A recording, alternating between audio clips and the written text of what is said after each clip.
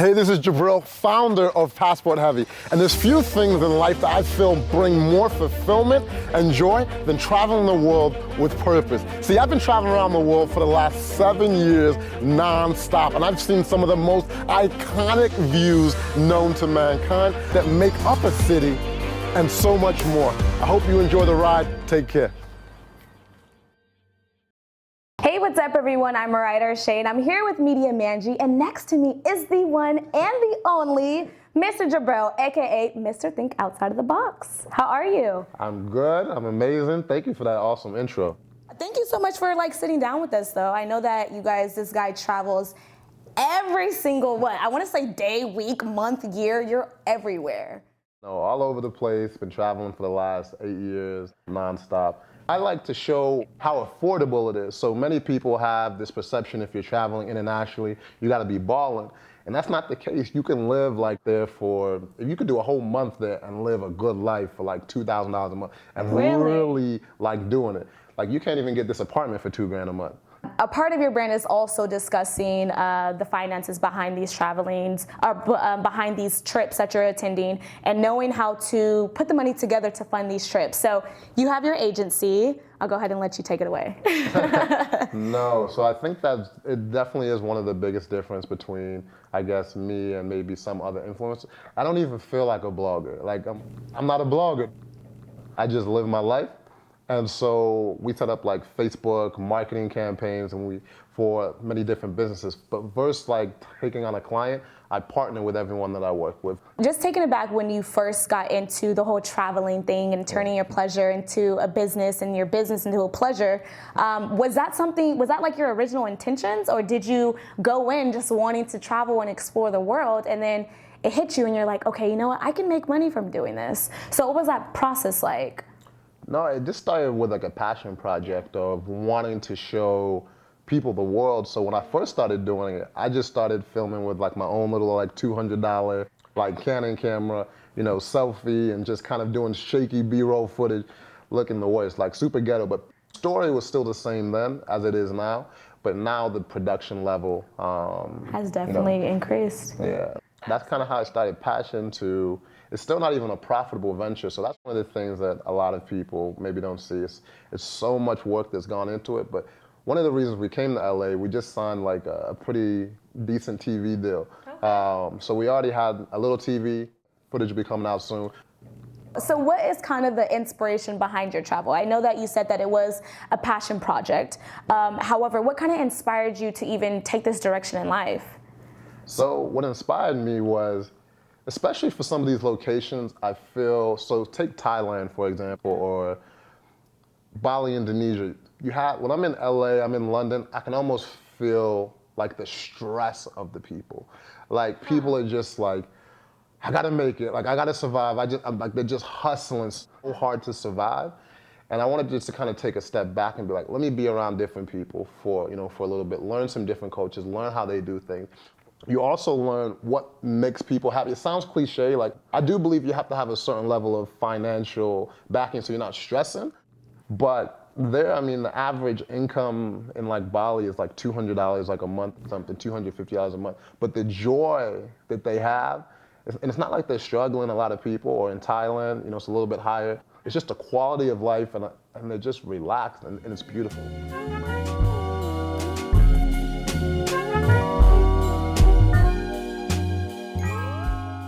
Have you ever been in a situation where you went to a country, a state, a city, and you left there wow, I'm so thankful for what I do have? I think that transparency is something that a lot of people experience when they go to these countries. No, 100%. Yeah. So most people don't know how blessed they are just to be born in the United States or in Western Europe, Australia, to have just a Western passport that gives you the flexibility to go to all these places. And just, I was looking it up, I think it was on CNN or Fortune magazine. Yeah. If you make more than $32,000 a year, okay, USD, that puts you in the top 1% of income in the world. Really? Yeah, $32,000 a year will put you in the top 1%. And typically people will look at that and be that's nothing. Exactly. So, but when you look at everything on a wide scale, you realize like how blessed you are, the opportunities that you have. Yeah. And I see so many people wasting time when I'm like, yo, do you know the kind of opportunity, the things that are around you if you just like really apply yourself? And so definitely, I mean, as much as I take from the country, I'm like, this is great. I was like, I am so blessed to be from the West. So what is something that you have personally learned for being outside the U.S., being surrounded by these different races and ethnicities and religion, and kind of implement that into your own personal life? People are the same. Like, people are the same. They might have little cultural differences, but a lot of men, like everyone wants to be happy, everyone wants something good for their family. And so before, I saw so many dividing things of like, oh my God, these people are so different. But when you actually just sit down and have conversations with people, people are the same. And so that was one thing that I was like, people can appreciate things that you create, and even the videos. The people in Colombia appreciate it when I make videos for them as much as, tourists and stuff. So it's like people are truly. It's literally just the cultural difference. Isn't that crazy? I think sometimes when I look at life, I'm like, okay, at the end of the day, everyone wants to be loved. Everyone wants to be treated the same. Everyone wants to have a friend, a partner, or just anything that, as you said, makes you happy. And a lot of people separate themselves because there's just a cultural difference. I want to go into your as known as, AKA, Mr. Think Outside the Box. Okay, first things first, how did you even come up with that brand, and what are you doing with it now, and what are you using with it? How did I come up with it? Basically, I was just thinking of, always thinking outside of the box. So for example, it might be, just how to earn money, right? So there's these traditional ways that most people are conditioned to believe this is what you have to do, this is how old you have to be, and it's not the case, especially with the internet. There's so many opportunities, but just for people who can see them, because things go by every day. I feel like there's a lot of Facebook agencies, that help brands grow their following. However, what and how has been the best way you use the ads that's been beneficial for your YouTube? So for me, I feel storytelling is the best way to sell. And so most brands will just be like, hey, buy this, here's just a beautiful person, and buy these jeans, and they lose sense of what's the story? Why do people want to follow this, right? And so for me, emotional storytelling, if it's through the written word or if it's through video, I'm always thinking about how to describe this and what are the triggers, what are the emotional triggers that's gonna motivate this person to make a purchase, to want to more than just buy, stand behind the brand and love it. And so I think that's one of the lost arts in marketing and selling online. They're trying to get to the sale too quickly without building a relationship. So I like to build a relationship, with the customer. And you can see that with any campaign that I do, it doesn't feel like you're, quote unquote, being sold. So I kind of want to ask about Instagram. You popping on Instagram, and I love it. Well, look, from the outside looking in, you are definitely popping on Instagram, right? So how has it been transitioning from Facebook to Instagram? I post maybe 2-3 times a month, on. Really? Yeah. Okay. So I don't post that much, but maybe through ads it'll look like I do post, so I want people to always see me.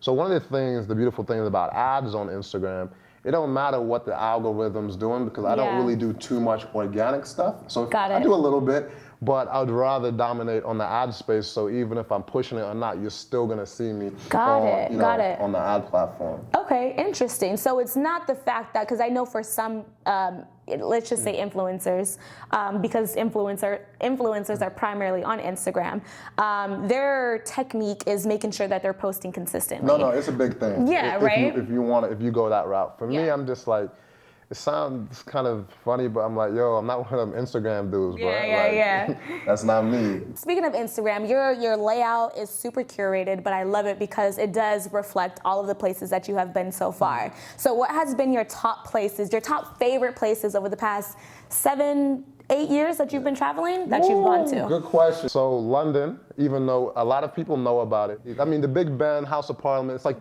big, the phone boxes. I'm it's cool, and I think you should do it, if you're a tourist. But I like different sides of London. So for me, you would catch me in a place like Brixton. Okay. So Brixton would be comparable to Brooklyn. Okay. And when you think of London, you don't think, you're like, oh, tea and crumpets. And so there's such a different vibe, such a different culture in London that I do love. And those are my people. And I love it. actually opening a restaurant in Brixton. You're opening up a restaurant. Yeah. Look at you. Look, see, I told you guys, Media Mangy gets the exclusives. So you're opening up a restaurant. Congrats. Yeah, thank you. That's awesome. Just another one of your endeavors. Yeah. Super dope. I'll give you all the details. It's basically I always like to fill needs that are not being basically supplied to the people. And so it's gonna be an African descent type of restaurant. And so, because when I'm always going places, most people don't know. So I'm Nigerian. And so I'm always missing my mom's cooking, and there's just not really too many fly spots. And so I was like, yo, need to make this happen. So I love it. That's awesome. And you found a place where it's definitely necessary. Oh, and there's so many people that can enjoy it. And one of the things is, all my friends that came to my house, doesn't matter if they was white, black, African American, they all love my mom's cooking. And so the way that people talk about Chinese food, the way they talk about, Italian food, and they get to experience all these different foods, African food hasn't really penetrated the marketplace like that. And so I want to be able to tell a story around the food and introduce it to people. And I mean, obviously now you have Black Panther, you have all these things, so people are much more open, to these things. So it's just a perfect time. So, and I promise you, it's gonna go so hard. Okay, so I know you don't want to get too much into it, but is there an anticipated launch date? Yeah, man, it's gonna be here by summer. That's why I'm getting my apartment as well. So moving to New York, but I'm gonna also have an apartment in London. Awesome. So, well, congratulations. Thank you. That's amazing. Bali, Indonesia, simply beautiful weather. The people are beautiful, and it's still raw. Like, it's still not like, there's not like rules. Like you'll have like 5 people on like a moped. You got the baby on the back, no helmet. Really? Like it's still. They're just living life. It's still raw, but you have like nice things. You still got 100 megabyte internet now. Like they've developed so much. You have beautiful places, beautiful people, great cost of living, and it really is picture perfect. Like I love it in Indonesia. So Bali, I got to give Thailand love. The cost of living. One of the reasons I try and show some of these places versus other places as well is when people watch, I feel like celebrities, when they watch people of influence with money, it's like, oh, that's dope, that's great, but I'm not gonna be able to do that. I like to create content that people say, yo, I could do that, and that's why I like to share the prices of these things, so let people know it's accessible. You don't know what you don't know. Exactly. And if someone, didn't show me the way, if I didn't learn from some people, I wouldn't have known about specific things, right? So I just feel like such a passion to, enlighten. Because I was like, man, you going to Vegas, hey, let's go to Club Live, blow this on bottles and this. I'm like, and it's like, dude, I can go out of the country for the same price. No, exactly. So we got Thailand. I love cities of Chiang Mai, like Bangkok. The islands are beautiful. Yeah, I heard Bangkok was awesome.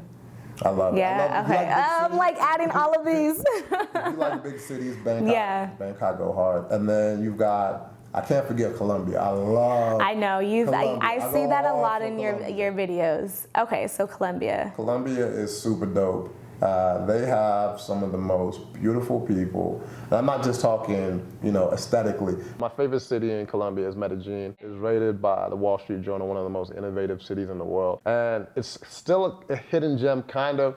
But one of the crazy things when I go there now, like no exaggeration, like 30 people a day will come up to me and be like, yo, you're the reason I'm out here.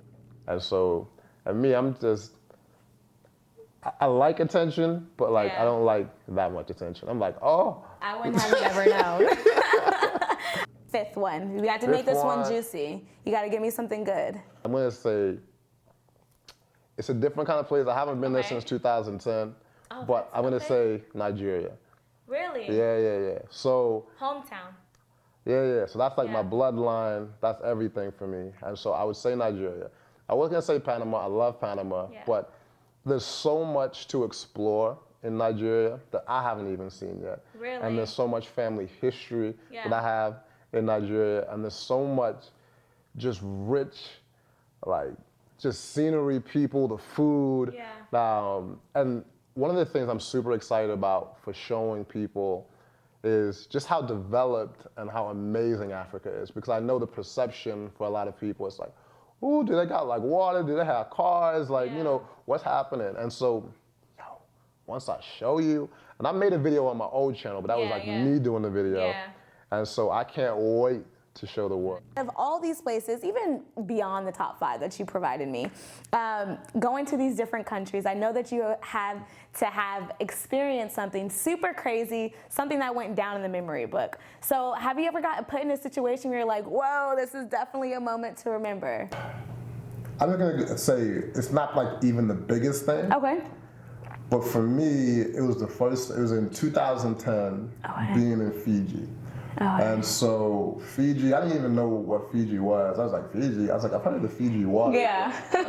You know, where's Fiji? Like, what the heck is this? So growing up, grew up like pretty hungry. Like first 10 years, I was in foster care. Yeah. And then, you know, single mom in Chicago. But I got lucky to have some amazing foster parents, and Yeah. my mom is dope. Like so much love and care.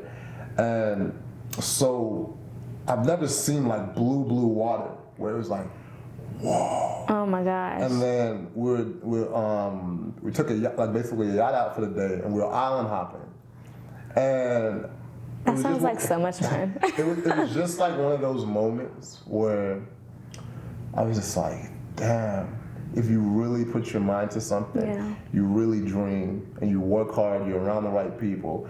It was kind of like, almost like Will Smith, and like, I don't know if you've seen Pursuit of Happiness, where he's like, Absolutely, that's one of my favorite movies. He was just like, that's kind of what it felt Yeah. like for me, because I was like, man, I've been struggling. Like, people don't know how hard I've been working. Yeah. When the things were like, you know, just going so rough, and just to keep pushing, and then just to have like that moment, I was like, this is like the movies. Like, this is like the movies. Yeah. And I was like, oh, now I'm living in a movie. Where is a place where you have yet to travel that you have been dying to go? Is that another hard question? There's Brazil. Okay. So Brazil. You've never been to Brazil? Nah. I feel like out of all these places that you explored, Brazil would have been like your top 10. Like, I had a ticket to Brazil during Carnival in 2013, but then I had so much work to do, I literally canceled the flight the day before, because I was like, yo, it's work before play. And so I know how I get when I get in place. I'm like, oh, and so I was like, nah. Yeah. I want to give you 2 answers. So I'd say Brazil, and I want to go to like Bora Bora, like the Matterhorn. Oh my gosh, I want to go to Bora Bora so I'm saving that for like honeymoon. Thank you so much for sitting down with us. You are literally the true definition of think outside the box. And I love how you stay true to your brand and you turned it into something that you're passionate about. And you're also inspiring others along the way. So thank you so much for just providing your platform.